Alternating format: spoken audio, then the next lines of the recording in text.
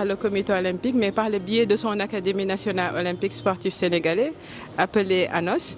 Donc l'objectif de ce camp, c'est de préparer nos jeunes athlètes qui comptent recevoir, accueillir d'autres athlètes en vue des JOJ Dakar 2026. C'est essayer d'outiller ces athlètes-là, de les former au programme d'éducation aux valeurs olympiques, de les initier à ce que ces athlètes-là deviennent des citoyens modèles afin d'accueillir nos futurs hôtes lors des JOJ Dakar 2026. Pour l'école police, ce n'est pas la première fois que nous organisons à l'enceinte de l'école police. Nous avons tenu d'organiser ce camp à l'école de police parce que de nom, l'école, c'est une école de formation. Donc du coup, former ces jeunes-là, nous avons souhaité le faire à l'enceinte de l'école police pour bénéficier de cette rigueur, de cette discipline, de cette école-là. Mais au-delà même, durant ce camp-là, nous avons eu le privilège que parmi les ateliers que nous comptons organiser, que l'un de ces ateliers soit animé par Madame la commissaire, la directrice de l'école police. Et l'atelier s'intitule « La citoyenneté ». Donc d'où notre choix et de notre partenariat que nous avons depuis très longtemps avec cette école. Nous avons porté notre choix sur les athlètes dont les disciplines lors des JOJ sont des disciplines d'engagement.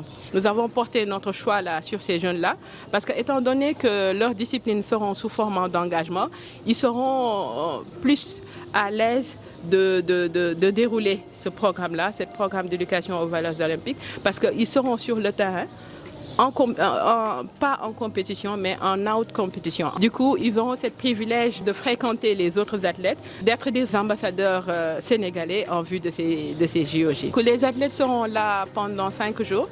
L'arrivée, c'était hier. On les a accueillis et installés et nous remercions encore une fois l'administration de l'École nationale de police.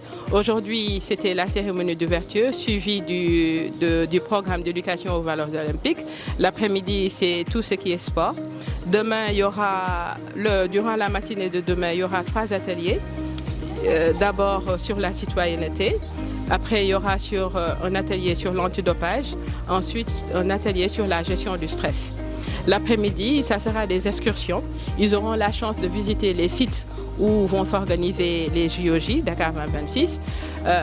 Le 3e jour aussi, ça sera pareil. Donc, c'est dédié aux athlètes. Donc, il y aura un atelier qui s'appelle « Comment être un athlète exemplaire ». Et après, il y aura les témoignages des anciens athlètes, des anciens Olympiens. Ils vont parler, raconter leurs expériences aux jeunes athlètes. On peut en nommer Malik Fall, Balla Dieye, Hortense Diédiou, Binta Zahra, qui sont tous des anciens Olympiens, et Madame Mamati Meng, je pense, qui est l'une des plus grandes Olympiens du Sénégal et qui vient de sortir un livre en parlant de son parcours. Et l'après-midi du 3e jour, ça sera aussi une excursion sur toujours les sites du JOJ, mais de Dakar, et éventuellement les locaux du comité d'organisation des JOJ Dakar 2026. Et le vendredi, ça sera clap de fin, d'où la clôture.